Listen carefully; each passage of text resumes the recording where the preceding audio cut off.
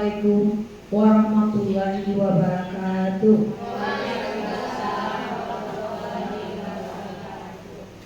Alhamdulillah, assalatu wassalamu ala asrafil anbiya'i wal mursalin wa ala alihi wa ashabihi ajmain.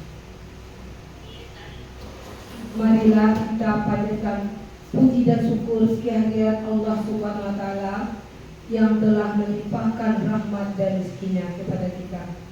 Dan tidak lupa pula kita kirimkan salawat beriring salam kepada junjungan kita, yakni Nabi besar Muhammad Sallallahu Alaihi Wasallam. Baiklah, pada hari ini kegiatan diseminasi yang dilakukan oleh Ibu Mira pada hari ini saya sebagai pembawa acara mengucapkan terima kasih kepada Bapak Ibu yang telah hadir pada ruangan ini. Terima kasih terutama kepada kepala sekolah kita yang telah hadir di ruangan ini, dan semoga kegiatan diseminasi budaya positif ini dapat dilakukan dengan baik. Kita langsung saja kegiatan diseminasi ini. Kita minta Ibu Wira menyampaikan dan memaparkan, yaitu diseminasi tentang budaya positif. Kepada Ibu Wira dipersilakan.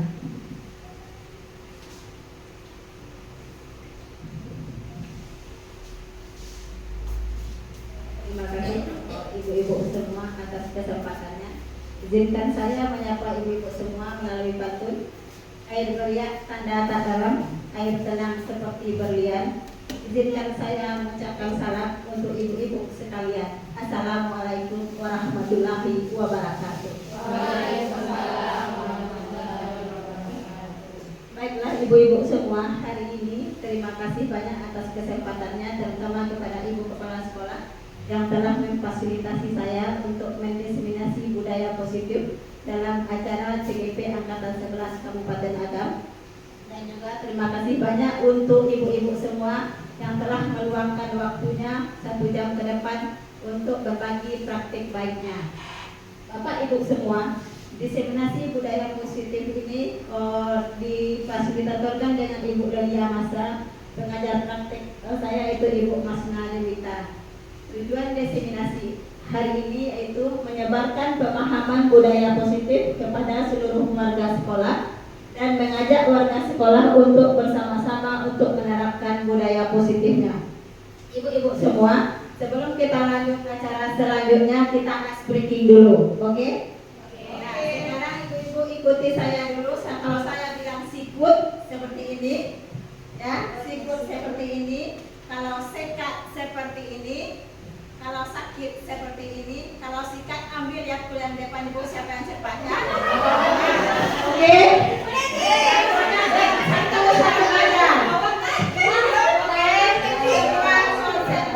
Konsentrasi dimulai. Konsentrasi. Sikut. Ayo. Konsentrasi. Sakit. Sikut. Sekat. Sekat.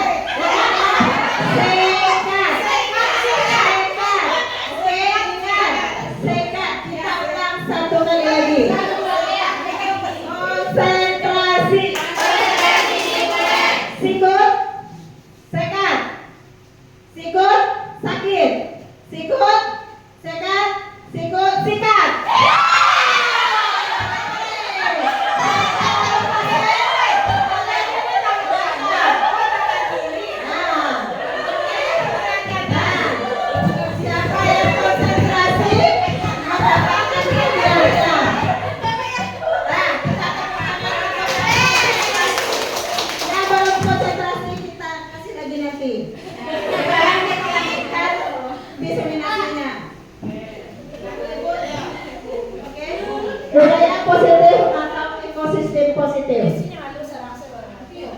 Kita ambil contoh perbandingannya dengan hidup tumbuh-tumbuhan seorang petani dalam habitatnya sama kewajibannya dengan seorang pendidik.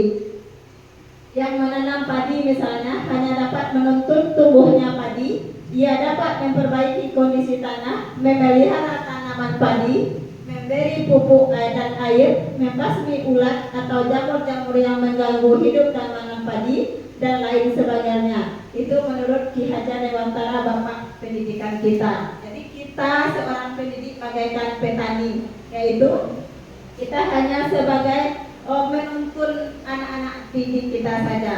Kita hanya sebagai penuntunnya saja ya Bapak Ibu. Eksplorasi konsepnya yang pertama, perubahan paradigma stimulus respon lawan teori kontrol. Yang kedua, arti disiplin dan 3 motivasi perilaku manusia. Yang ketiga, keyakinan kelas, hukuman dan penghargaan. Yang keempat, kebutuhan dasar manusia. Yang kelima, posisi kontrol. Dan yang keenam, segitiga restitusi. Selanjutnya, perubahan paradigma teori kontrol yang pertama yaitu ilusi guru mengontrol murid. Yang kedua, ilusi bahwa kritik dan membuat orang merasa bersalah dapat menguatkan karakter.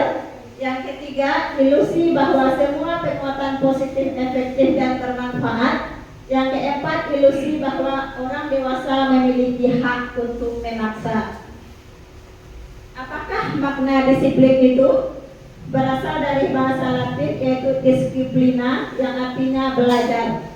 Makna asal dari kata ini berkonotasi dengan disiplin diri dari murid-murid Socrates dan Plato. Disiplin diri membuat orang menggali potensinya menuju sebuah tujuan apa yang dia hargai. Namun dalam budaya kita makna kata disiplin telah berubah menjadi sesuatu yang dilakukan seseorang pada orang lain untuk mendapat kepatuhan. Kecenderungan umum adalah menghubungkan kata disiplin dengan ketidaknyamanan, bukan dengan apa yang kita hargai atau pencapaian suatu tujuan mulia. Teori motivasi perilaku manusia yaitu untuk menghindari ketidaknyamanan atau hukuman. Contohnya yang kedua, apa yang akan terjadi apabila saya tidak melakukannya. Yang kedua, untuk mendapatkan imbalan dari orang lain. Yang ketiga, untuk menghargai diri sendiri, menjadi insan sesuai harapan kita. Merdeka menurut Ki Hajar Dewantara. Nah, sekarang kita merdeka ya Bapak Ibu. Tapi merdeka yang bagaimana? Merdeka yang menurut Bapak Ki Hajar Dewantara, merdeka itu artinya tidak hanya terlepas dari perintah, akan tetapi juga cakap buat memerintah diri sendiri. Berarti kita tidak merdeka memerintah orang lain, tapi juga memerintah diri sendiri. Bagaimana kita pengen maju ke depannya? Ya Bapak, ya Ibu semua.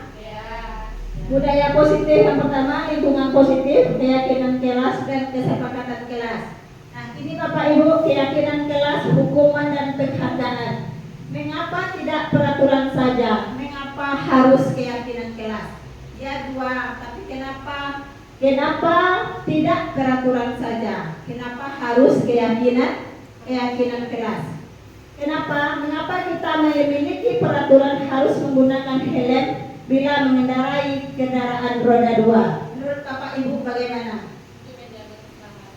Untuk menjaga keselamatan. Ibu-ibu yang lain? Mematuhi aturan. Hanya cukup segitu saja? Hanya untuk mematuhi aturan yang menjaga keselamatan? Tidak. Nah, kita itu dari diri sendiri. Yang butuh itu siapa? Memakai helm yang butuh polisi kah apa kita sendiri? Itu hanya untuk diri sendiri. Berarti harus kita yang memulainya terlebih dahulu. Itu untuk keselamatan kita, bukan hanya untuk sekedar mematuhi aturan saja. Yang kedua, mengapa kita memiliki peraturan 3M, menggunakan masker, mencuci tangan, dan menjaga jarak 1,5 meter? Itu waktu kita COVID dulu. Yang ketiga, mengapa kita memiliki peraturan harus datang tepat waktu pada saat mengikuti pelatihan? Apakah kita hanya pengen tidak ditegur ke kepala sekolah saja? Ataukah itu untuk memang dedikasi kita sebagai seorang pelatih atau sebagai seorang guru bagi ibu-ibu semua? Nah, sebagai contoh saja. Tidak. Lalu memulai disiplinnya dari diri sendiri. Untuk mendukung motivasi intrinsik, kembali ke nilai-nilai keyakinan-keyakinan lebih menggerakkan seseorang dibandingkan mengikuti serangkaian peraturan-peraturan. Nah, ibu-ibu semua, di sini ada beberapa peraturan. Yang pertama, selalu kembalikan buku ke tempatnya. Yang kedua, dilarang mengganggu orang lain. Yang ketiga, hadir di sekolah 15 menit sebelum pembelajaran dimulai. Yang keempat, dilarang melakukan kekerasan. Yang kelima, dilarang menggunakan narkoba. Yang ketujuh bergantian atau menunggu giliran. Yang selanjutnya gunakan masker. Yang terakhir, jangan berlari di kelas atau koridor. Nah, ibu-ibu semua, yang pertama, peraturan yang pertama, selalu kembalikan buku ke tempatnya. Keyakinan yang bagaimana atau nilai kebajikan yang ditujunya apa kira-kira ibu-ibu semua? Menurut ibu-ibu semua, selalu kembalikan buku ke tempatnya. Kira-kira nilai kebajikan yang dituju itu yang bagaimana? Contoh, saya contohkan satu, tanggung jawab. Nah, contoh apa kira-kiranya? Selalu kembalikan buku ke tempatnya. Nilai kebajikan, kita akan menerapkan nilai kebajikan kepada anak didik kita. Kita tidak hanya sekedar menyuruhnya saja, tapi kita nanti harus menerapkan ada nilai kebajikan di balik kita menyuruh mereka untuk meletakkan itu semua di tempatnya. Apa kira-kira ibu-ibu nilai kebajikannya? Tidak ada yang salah ibu-ibu, silakan saja. Apa ibu Noci? Jujur, disiplin, ibu AA, disiplin. Nanti kita cari jawaban yang benarnya. Yang kedua, dilarang mengganggu orang lain. Nilai kebajikan yang bagaimana yang ada di sana? Dilarang mengganggu orang lain. Bisa kita saling menghargai di sana? Bisa? Apalagi ibu-ibu? Berbuat baik kepada orang lain. Hadir di sekolah 15 menit sebelum pembelajaran dimulai. Nilai kebajikan yang mana di sana? Disiplin. Dilarang melakukan kekerasan. Ayo ibu-ibu. Dilarang melakukan kekerasan. Kita tidak boleh hanya menyebutkan anak tidak boleh seperti ini, tidak boleh seperti ini, tapi kita tidak tahu nilai kebajikan apa yang ada di sana. Nilai berarti dilarang melakukan kekerasan, nilai kebajikan apa yang ada di sana. Biar mereka juga tahu, oh, kalau kita berbuat kekerasan ini tidak boleh karena nilainya seperti ini. Tidak semena-mena kepada orang lain. Kita tahan dulu. Dilarang menggunakan narkoba. Nilai kebajikan apa yang ada di dalamnya ibu-ibu semua? Ayolah ibu-ibu, keluarkan suaranya. Keselamatan, kesehatan juga bisa. Nah, bergantian atau menunggu giliran. Disiplin, gunakan masker. Kesehatan, jangan berlari di kelas atau koridor. Keselamatan, kita lihat jawabannya di bawah. Selalu memberikan buku ke tempatnya. Tanggung jawab. Tanggung jawab itu adalah sebuah tanggung jawab kita kalau kita mengambil barang. Letakkan lagi. Kita tekan karena itu nilai kebajikan yang ada di dalamnya. Dilarang mengganggu orang lain. Nilai kebajikannya menghormati orang lain dan diri sendiri. Kenapa seperti itu ibu-ibu? Dilarang mengganggu orang lain, tapi kita dilarang mengganggu orang lain. Berarti kita menghargai, menghormati orang lain. Kalau kita tidak ingin diganggu, jangan mengganggu orang lain. Hadir di sekolah 15 menit sebelum pembelajaran dimulai. Ya, nilai kebajikannya menghormati orang lain, komitmen pada tujuan. Sesuai dengan kita semua ya ibu-ibu, kita hadir di sekolah jam 7. Bagi yang belum kita usahakan ya ibu. Nah, dilarang melakukan kekerasan. Nilai kebajikannya keselamatan dan menghormati orang lain. Dilarang menggunakan narkoba. Nah, siapa yang menjawab kesehatan tadi? Dua jadi pol. Bergantian atau menunggu giliran. Menghormati orang lain dan kesabaran. Gunakan masker, kesehatan dan keselamatan. Jangan berlari di kelas atau koridor, keselamatan dan keamanan. Jadi kita tidak hanya sekedar melarang jangan lari di sana, jangan lihat di sana, tapi kita tidak tahu apa nilai kebajikan yang ada di dalamnya. Selanjutnya ibu-ibu, kesepakatan kelas. Ibu-ibu semua buat kesepakatan kelas di sana. Apakah sudah sesuai dengan murid-murid di kelasnya? Sudah. Alhamdulillah. Contoh kesepakatan kelas. Yang pertama, mengamalkan ajaran agama untuk kebaikan bersama. Yang kedua, rasa aman adalah hak setiap orang. Yang ketiga, tertib saat belajar mengajar. Yang keempat, menjaga kebersihan diri sendiri, kelas dan lingkungan sekolah. Yang kelima, menciptakan suasana yang sejuk dan teduh di lingkungan sekolah. Yang keenam, saling mengingatkan, mendukung dan membantu antar sekolah. Yang ketujuh, menata ruang kelas dengan gambar-gambar edukasi yang menarik. Nah, sekarang ini lagi ibu-ibu semua, tindakan guru. Nah, kita sebagai seorang guru, ini tindakan kita yang kita lakukan berbentuk hukumkah, hukuman atau sanksi atau konsekuensi. Kita coba satu. Mencatat 100 kali di dalam buku kalimat, saya tidak akan terlambat lagi karena datang terlambat ke sekolah. Itu hukumankah, sanksikah atau konsekuensikah ibu-ibu semua? Hukuman. Nanti kita lihat lagi jawabannya benarnya. Yang kedua, lari mengelilingi lapangan basket 2 kali karena terlambat hadir di sekolah. Pernahkah ibu semua menerimanya waktu di sekolah dulu? Nah, kita lihat di sini sekarang ya. Murid diminta untuk push up 15 kali karena tidak menggunakan masker ke sekolah. Hukuman juga? Hukuman. Menggantikan kertas tugas teman yang telah dicoret-coret.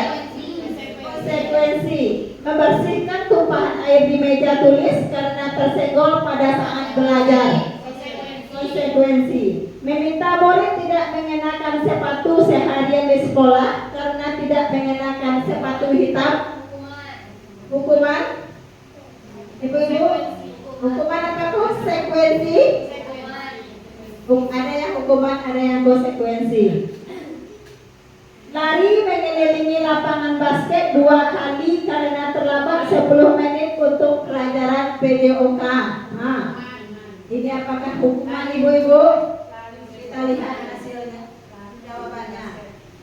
Nah, yang pertama, mencatat 100 kali di dalam buku kalimat. Berarti kita menyuruh anak mencatat itu adalah sebuah hukuman. Kalau hukuman apa perasaan anak kita ibu-ibu? Tersiksa. Itu yang dirasakan. Menurut kita bagus tapi hati anak tersiksa. Lari mengelilingi lapangan basket 2 kali karena terlambat hadir. Itu adalah hukuman. Kenapa dibilang hukuman ibu-ibu? Karena memberatkan dia. Ya. Kenapa lagi? Karena mengganggu jadwal pelajaran dia. Kenapa dia katakan hukuman? Karena kita belum kita sepakati apakah kita terlambat itu sanksinya apa tidak ya ibu-ibu. Yang memurid diminta untuk push up 15 kali tidak menggunakan masker ke sekolah. Hukuman juga. Menggantikan kertas tugas teman yang telah dicoret-coret. Sanksi atau konsekuensi. Ya, itu kita sanksinya kalau kita mencoret punya orang, kita tanggung jawab, kita ganti. Membersihkan tumpah air di meja tulis karena tersenggol pada saat belajar. Sanksi atau konsekuensi. Murid disuruh untuk mengenakan sepatu seharian di sekolah, termasuk hukuman. Lari mengelilingi lapangan basket 2 kali karena terlambat 10 menit untuk pelajaran PJOK. Sanksi atau konsekuensi. Nah ibu-ibu, inilah dia perbedaan hukuman dan konsekuensi. Mari kita lihat ibu-ibu semua, apa itu hukuman, apa itu sanksi atau konsekuensi. Hukuman yang pertama, sesuatu yang menyakitkan yang harus terjadi. Contoh yang tadi, mereka lari 100 kali. Bagaimana? Sakit apa tidak ibu-ibu? Sakit. Membuat anak sakit fisik maupun hati. Kalau dia kita suruh lari 100 kali, mungkin ya ibu-ibu di dalam hatinya main gobol, main gorongkol aja hatinya dah. Apa aku ibu kok disuruhnya kita contoh, ya kan ibu-ibu? Ya. Nah, anak membenci kedisiplinan, paksaan, mendorong anak menyakiti diri sendiri, konsep diri yang buruk. Anak belajar untuk menyembunyikan kesalahan, marah, rasa bersalah, dipermalukan, merasa tak dihargai. Apa itu yang sanksi? Sesuatu harus terjadi, membuat anak merasa tidak nyaman dalam jangka waktu pendek saja. Anak menghargai disiplin, stimulus tanggapan, mendorong anak agar mudah menyesuaikan diri, konsep diri yang baik. Anak belajar untuk mematuhi peraturan, kehilangan hak, dibuat tidak nyaman, diasingkan untuk sementara. Itu bedanya hukuman dan sanksi. Mudah-mudahan ke depannya ibu-ibu bisa membedakan apa itu hukuman dan sanksi untuk kita terapkan nanti di kelas kita masing-masing.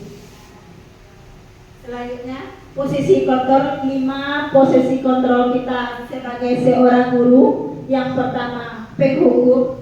Yang kedua, pembuat orang merasa bersalah. Yang ketiga, teman. Yang keempat, pemantau. Yang kelima, manajer. Kira-kira kita di bagian yang mana ya ibu-ibu? Yakin ibu seorang manajer? Bisa lihat nanti ya ibu-ibu. Apakah ibu yakin ibu seorang manajer? Kita lihat keterangannya manajer itu apa. Kita mulai dari penghukum. Nada suara tinggi, bahasa tubuhnya mata melotot, dan jari menunjuk-nunjuk menghardik. Terlambat lagi, pasti terlambat lagi, selalu datang terlambat. Kapan bisa datang tepat waktu? Apakah ibu-ibu masih seperti itu? Kadang iya, kadang tidak. Mulai hari ini karena kita sudah berbagi perantik baik, tolong kita hindari ya ibu-ibu semua. Tanyakan kepada diri Anda, bagaimana perasaan murid bila guru berbicara seperti itu pada saat muridnya datang terlambat. Nah, bagaimana ibu-ibu? Sedihkah? Kita kembalikan ke diri kita. Kalau kita digitukan atasan, bagaimana ibu-ibu? Rasa kecewa, rasa sedih bercampur aduk, begitu pula juga murid-murid kita. Akibatnya bagaimana ibu-ibu? Kemungkinan murid marah dan mendendam atau bersifat agresif. Bisa jadi sesudah kembali duduk, murid tersebut akan mencoret-coret bukunya atau meja tulisnya. Lebih buruk lagi, sepulang sekolah, murid melihat motor atau mobil bapak ibu guru dan akan menggores kendaraan tersebut dengan paku. Ya ibu-ibu, karena dia dendam, pagi hari baru kita sudah dimarahi. Padahal dia tidak bertanya, kenapa kita terlambat. Kita langsung dihardiknya saja, terlambat juga, tanpa kita memahaminya. Maka si murid akan merasa dendam. Mau kita dendami murid ibu-ibu? Tidak, berarti kita jauhilah sifat guru penghukum. Yang selanjutnya, membuat orang lain merasa bersalah. Bagaimana pula membuat orang lain merasa bersalah? Nada suara mengelas, halus, sedih, bahasa tubuh merapat pada anak, lesu. Contohnya, Adi, kamu ini bagaimana ya? Kamu sudah berjanji dengan ibu tidak akan terlambat lagi. Kamu kenapa ya senang sekali mengecewakan ibu? Ibu benar-benar kecewa sekali. Ibu-ibu berkata seperti itu, seolah-olah dia sangat bersalah terhadap ibu-ibu. Bagaimana perasaan murid bila ditegur seperti cara ini ibu-ibu semua? Sedih, merasa bersalah dia, seolah-olah memang salah sekali dia ya ibu-ibu semua. Nah, akibatnya bagaimana? Murid akan merasa bersalah telah mengecewakan ibu atau bapak gurunya. Murid akan merasa menjadi orang yang gagal dan tidak sanggup membahagiakan orang lain. Kadang-kala sikap seperti ini lebih berbahaya dari sikap penghukum. Ingat ya ibu, sikap ini lebih berbahaya karena emosi akan tertanam rapat di dalam murid, menahan perasaan. Tidak seperti murid dengan guru penghukum, di mana murid bisa menumpahkan amarahnya walaupun dengan cara negatif. Murid tertekan seperti inilah yang tiba-tiba bisa meletus amarahnya dan bisa menyakiti diri sendiri atau orang lain. Selanjutnya, guru sebagai teman. Nada suaranya ramah, akrab, dan bercanda. Bahasa tubuh merapat pada murid, mata dan senyum jenaka. Jadi kita sebagai teman ya. Contohnya, Adi, ayolah bagaimana sih kamu? Ini zaman-zaman ya, Gen Z sekarang ya ibu. Nah, kemarin kamu sudah janji ke bapak bukan? Kenapa terlambat lagi? Sambil tertawa ringan. Ya sudah, tidak apa-apa. Duduk dulu sana. Nanti Pak Guru bantu. Kamu ini sambil senyum-senyumnya. Kenapa perasaan anak kita ibu? Senang apa sedih dia? Senang karena dia tidak merasa bersalah, tidak beruntung, tapi dilawan dengan bercanda ditanyanya. Akibatnya bagaimana? Murid akan merasa senang dan akrab dengan guru. Ini termasuk dampak yang positif. Hanya saja di sisi negatif murid menjadi tergantung pada guru tersebut. Bila ada masalah, dia merasa bisa mengandalkan guru tersebut untuk membantunya. Akibat lain dari posisi teman, Adi hanya akan berbuat sesuatu bila yang menyuruh adalah guru tersebut, dan belum tentu berlaku yang sama dengan guru atau orang lain. Itu pula kekurangannya kalau kita bersikap sebagai teman. Dia hanya merasa seorang guru saja temannya, guru yang lain tidak. Berarti juga belum seutuhnya cocok dengan kita terapkan. Selanjutnya, guru sebagai pemantau. Nada suara datar, bahasa tubuh yang formal. Contoh, Adi, tahukah kamu jam berapa kita memulai? Tahu Pak. Kamu terlambat 15 menit. Apakah kamu sudah mengerti apa yang harus dilakukan bila terlambat? Paham Pak, saya harus tinggal kelas pada jam istirahat nanti dan mengerjakan tugas ketertinggalan saya. Ya benar. Nanti pada saat jam istirahat kamu harus sudah di kelas untuk menyelesaikan tugas yang tertinggal tadi. Saya tunggu. Bagaimana perasaan si Adi?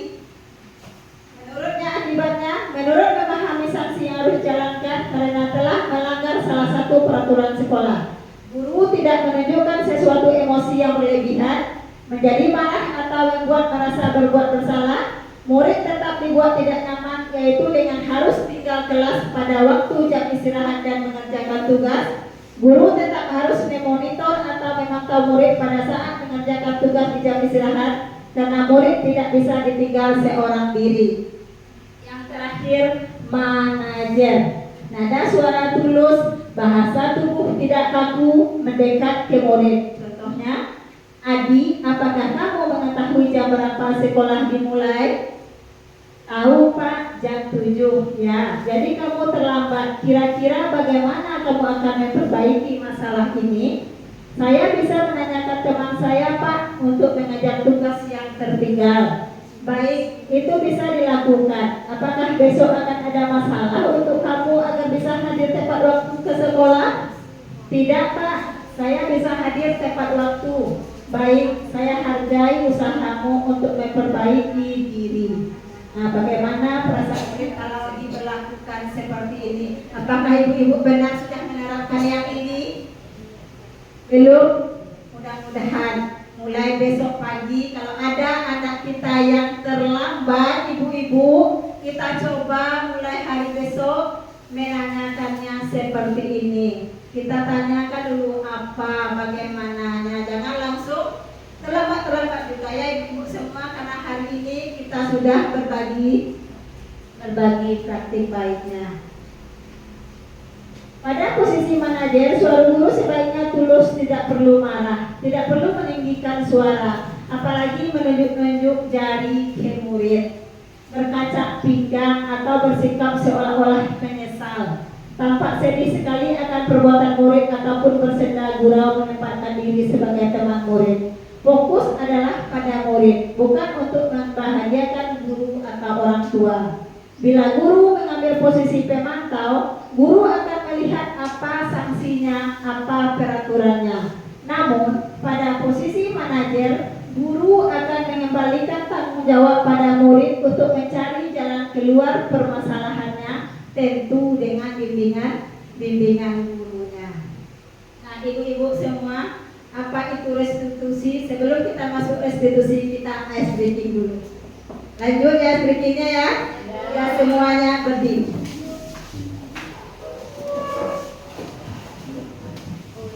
Ya,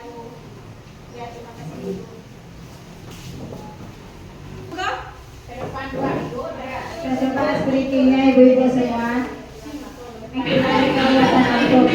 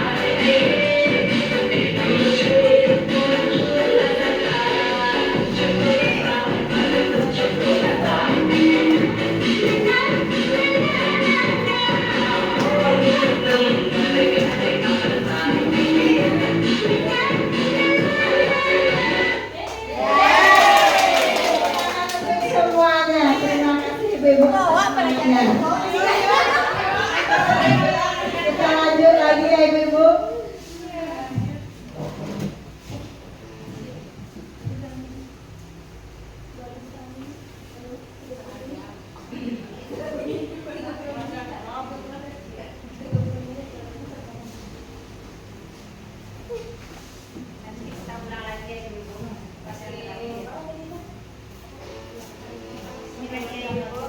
Apa itu restitusi?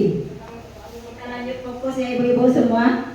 Apa itu restitusi? Restitusi adalah proses menciptakan kondisi bagi murid untuk memperbaiki kesalahan mereka sehingga mereka bisa kembali pada kelompok mereka dengan karakter yang lebih kuat. Ini dia segitiga restitusi. Yang pertama, validasi tindakan yang salah, menstabilkan identitas, dan yang terakhir menanyakan keyakinan. Validasi tindakan yang salah, kamu tentu punya alasan mengapa melakukan itu. Adakah cara yang lebih efektif untuk mendapatkan apa yang kamu butuhkan? Menstabilkan identitas, setiap orang pasti pernah melakukan kesalahan. Kamu bukan satu-satunya orang yang pernah melakukan ini. Menanyakan keyakinan, nilai-nilai apa yang telah kita sepakati.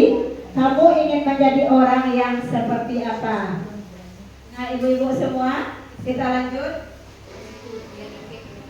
Selanjutnya, untuk membuat anak yang merasa gagal karena berbuat salah menjadi positif terhadap dirinya, yang tentang menstabilkan identitas. Contohnya guru berkata, berbuat salah itu hal yang manusiawi. Tidak ada manusia yang sempurna.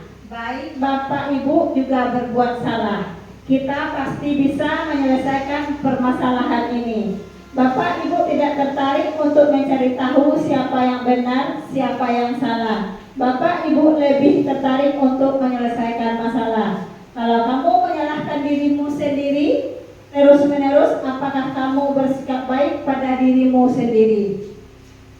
Selanjutnya, masih validasi tindakan yang salah, membantu siswa mengenal basic need atau kebutuhan yang ingin dipenuhinya ketika melakukan kesalahan itu.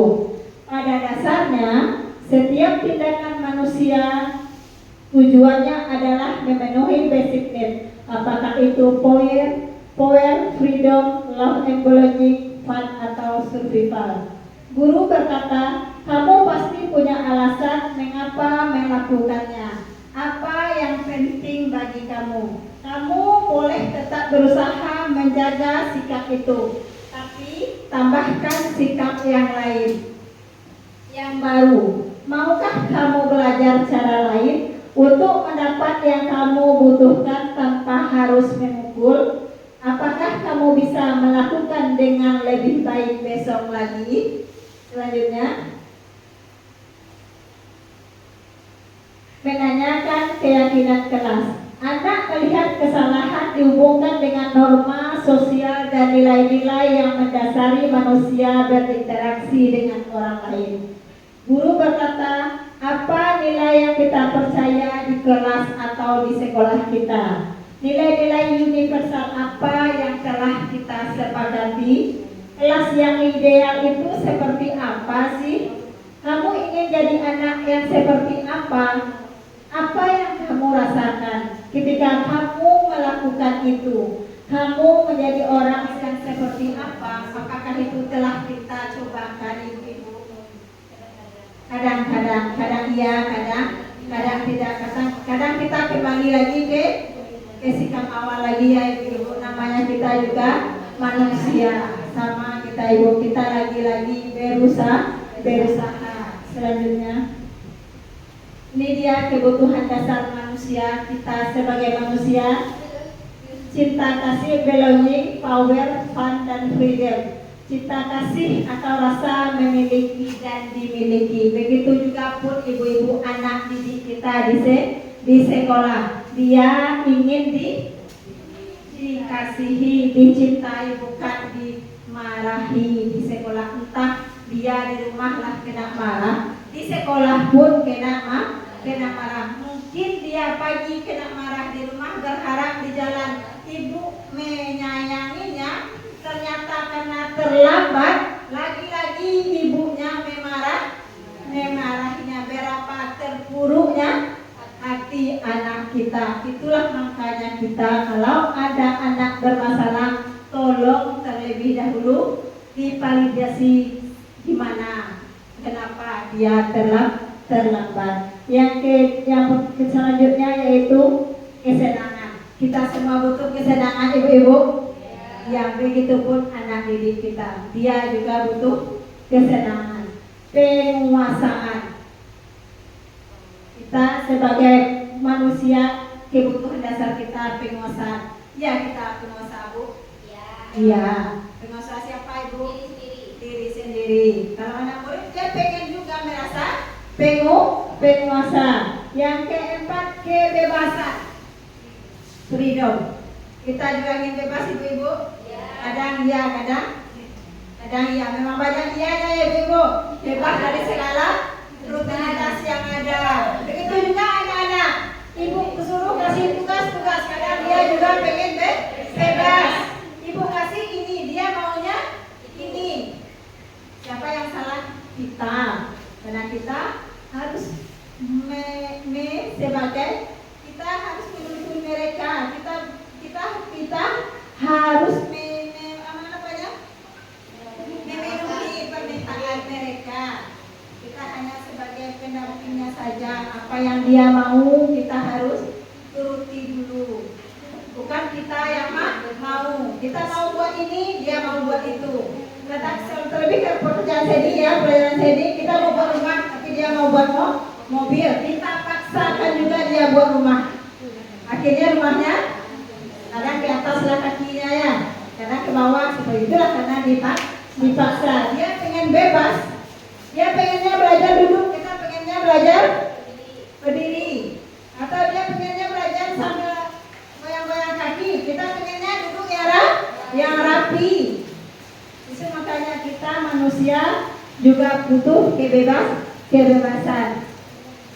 Nah, ini contoh kasus yang pertama, kasus yang telah saya jalani dengan segitiga restitusi, yaitu tentang pembelajaran matematika, yaitu anak saya tidak memasukkan PR-nya dan tidak mengumpulkannya waktu pas tepat pengumpulannya.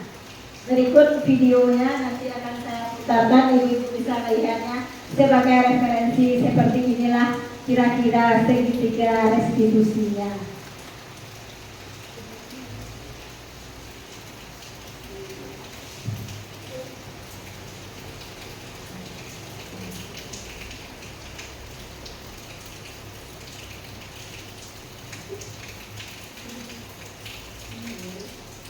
Ibu bisa melihat sedikit, ini dia contohnya.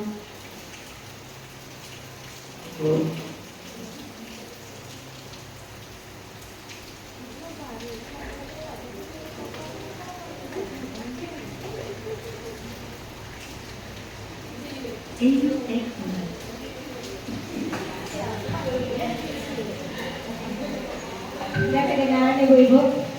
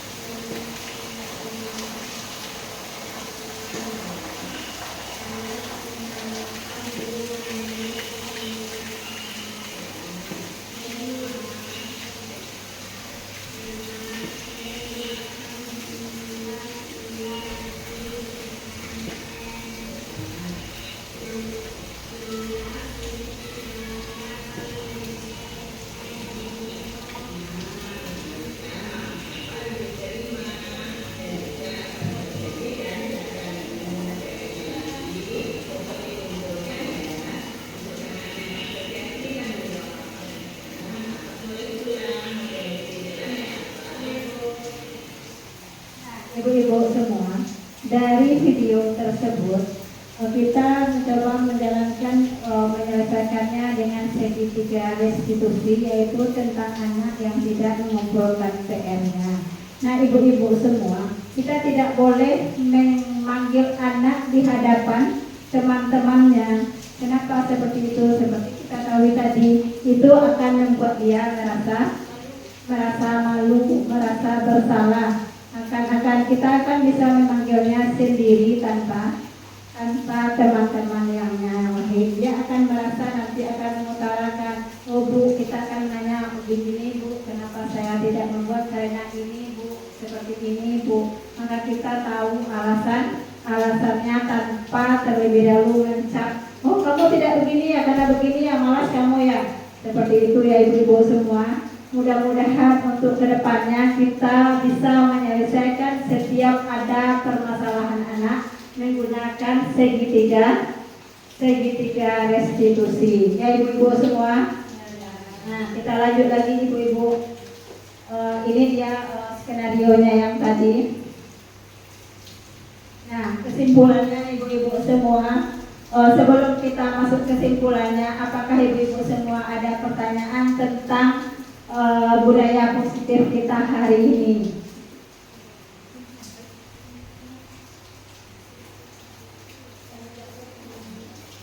Ya, apa-apa ibu-ibu semua, kalau ada pertanyaan silakan saja, akan saya coba jawab. Kalau tidak, yang teman yang lain pun nanti boleh berbagi praktik baiknya di kelasnya. Mana tahu ada, silakan saja Bapak Ibu semuanya. Ibu-ibu jangan malu bertanya, selagi saya bisa saya jawab. Kalau tidak, nanti kita coba jawab bersama. Sebelum kita masuk ke kesimpulannya, apakah sudah ibu-ibu semua sudah paham tentang budaya positif yang telah saya bagikan hari ini? Mudah-mudahan paham ya ibu-ibu ya. Mudah-mudahan ibu-ibu bisa menjalankannya nanti ke depannya. Saya harap ibu-ibu nanti konsekuen untuk menjalankannya. Tidak hari ini dijalankan, besok tidak. Hari ini dijalankan, besok tidak lagi. Biarlah kita pelan untuk merubah ke arah yang lebih baik. Nah ibu-ibu, karena ibu-ibu tidak ada pertanyaan lagi sebelum penutup, sebelum kesimpulan kita ice breaking dulu, karena ice breaking tadi agak bermasalah ditambah hari hujan sekarang. Untuk menghangatkan suasana ya ibu-ibu, kita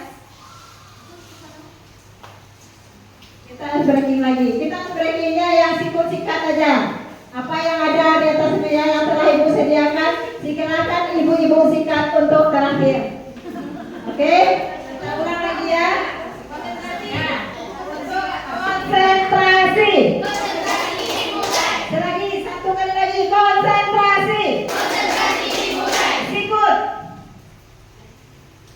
Serius sekali ibu, jangan serius sekali. Cuma butuh konsentrasi saja. Sikut.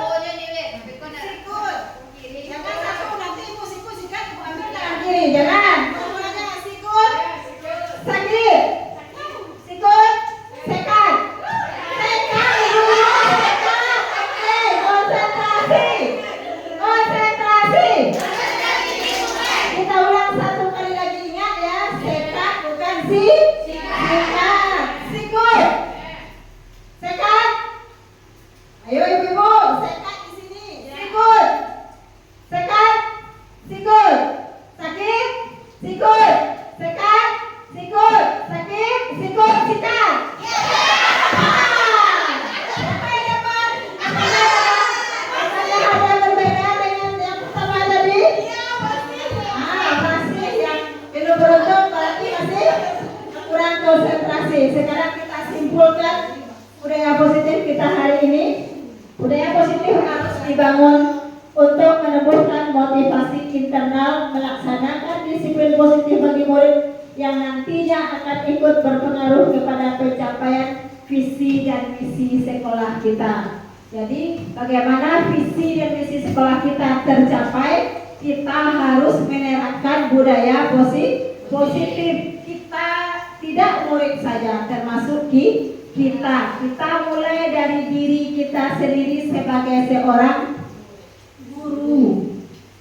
Kita saja, contoh saja tadi, kita saja terlambat, bagaimana mau kita mencontohkan murid kita? Karena murid sekarang sudah pintar, karena dia tahunya kita sama datang pagi di kelas, kita marah-marah sama dia.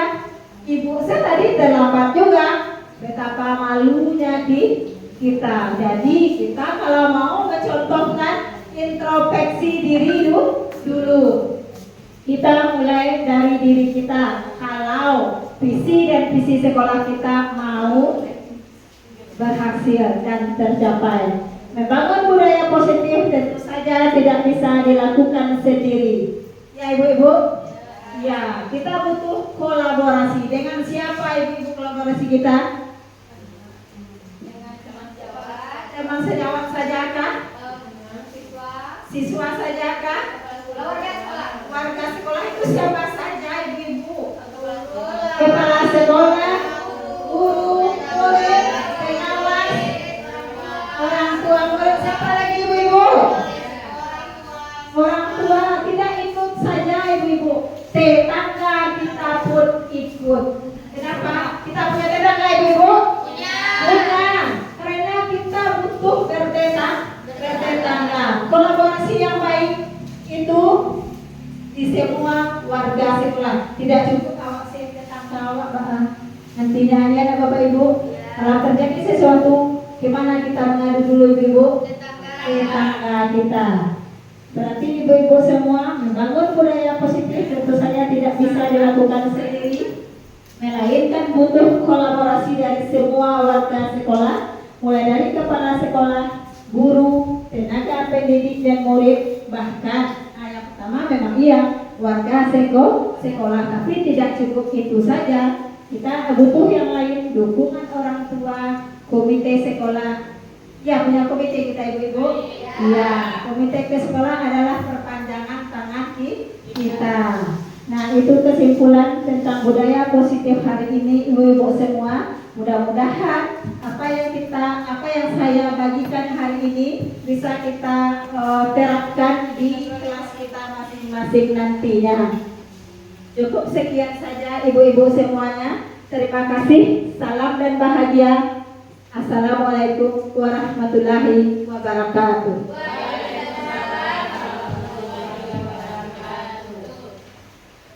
Alhamdulillah, kegiatan diseminasi tentang budaya positif sudah dipaparkan oleh Bu Wira. Bagaimana Bapak Ibu bisa dipahami pemaparan budaya positif tadi? Semoga yang disampaikan oleh Ibu Wira tadi dapat bermanfaat untuk kita dan dapat pula kita terapkan di kelas kita masing-masing. Sekian kegiatan kita pada hari ini. Saya sebagai pembawa acara mengucapkan terima kasih kepada Bapak Ibu semuanya. Assalamualaikum warahmatullahi wabarakatuh.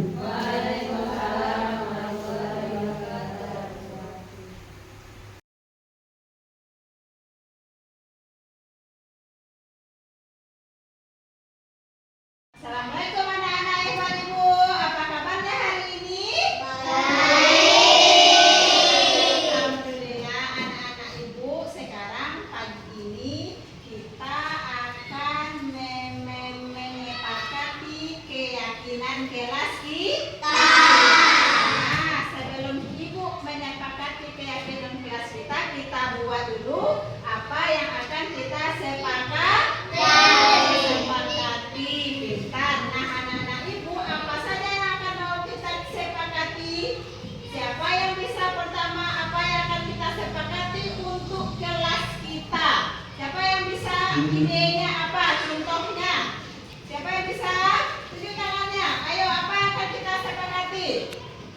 Apa yang akan kita sepakati? Ayo tunjuk tangannya. Menjaga kelas kita. Pintar, menjaga kelas kita. Yang pertama kita tuliskan ya, nanti baru kalau sudah sesuai semua baru kita sepakat. Sekarang kita tulis saja dulu. Menjaga kelas kita. Yang kedua apa lagi? Ayo anak ibu Raja. Tempatnya. Ayo Raja. Menjaga kebersihan. Menjaga kebersihan. Boleh kita tulis ini. Menjaga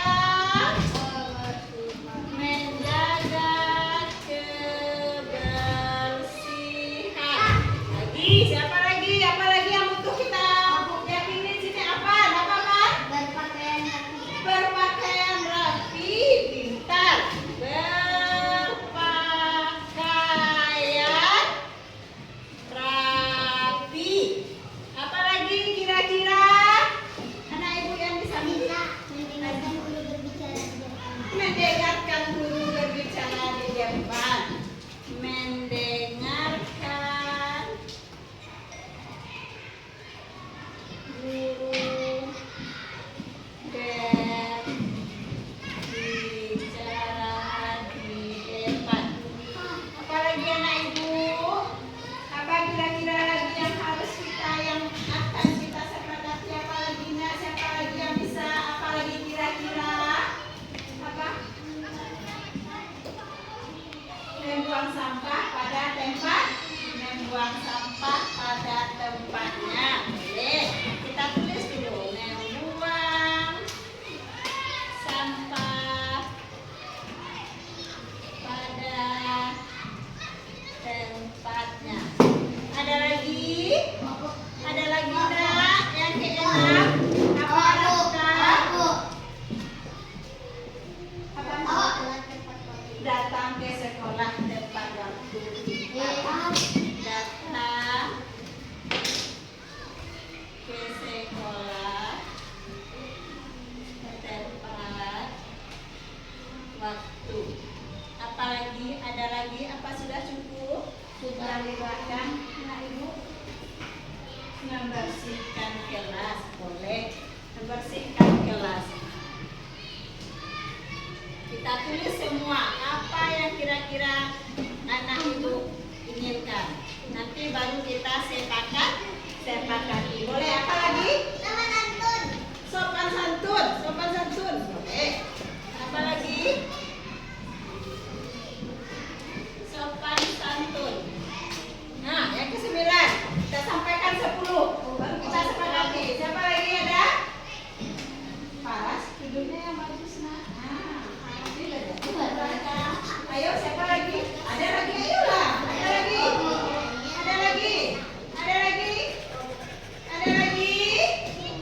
Tidak ada? Cuma segitu saja? Tidur anak guru segitu saja? Iya, boleh. Nah, sekarang kita lihat satu-satu. Yang pertama, menjaga kelas kita. Menjaga kelas kita berarti intinya kelas kita tidak boleh ada. Menjaga kelas kita ini bagaimana nih? Menjaga kelas kita biar tidak ribut, apa menjaga kelas kita biar tidak ada sampah? Menjaga kelas kita. Menjaga kelas kita biar tidak ada sampah. Boleh, berarti menjaga kebersihan kelas. Berarti sama dengan nomor 2.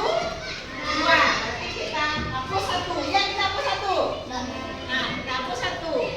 Menjaga, kita ganti. Menjaga kebersihan kelas. Nah, sekarang lagi yang nomor 2. Berpakaian rapi. Berpakaian rapi. Sepakat kita?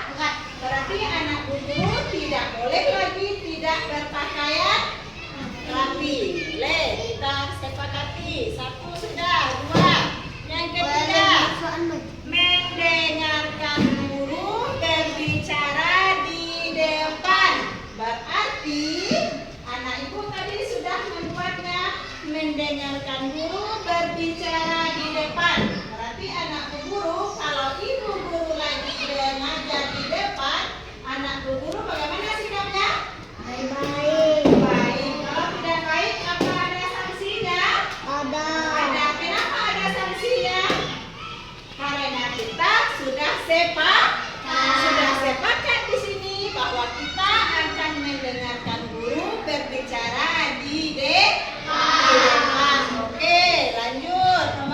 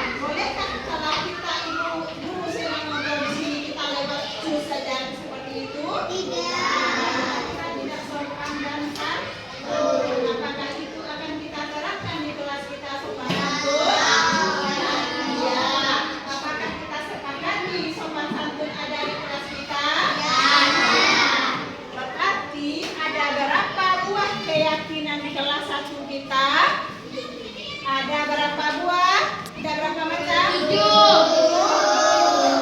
macam. Kita ulang yang pertama. Menjaga kebersihan kelas.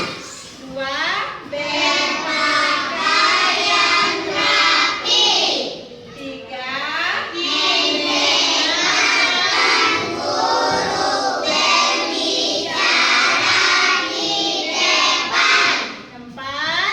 Membuang sampah pada tempatnya. 5. Datang ke sekolah tepat waktu. 6. Membersihkan kelas. 7. Sopan santun. Pintar. Nah, semua ini sudah sepakat kita? Kita? Sudah. Nah, nanti kita buat di kertas karton yang tebal. Nanti kita kasih cap jempol tanda sepakatnya. Sekarang kita 2 orang saja tanda kita sepakatnya dulu. Ayo siapa ketua kelas, tanda kita sepakat aja dulu sebelum ibu buatkan di karton yang tebalnya. Ketua kelasnya mana? Boleh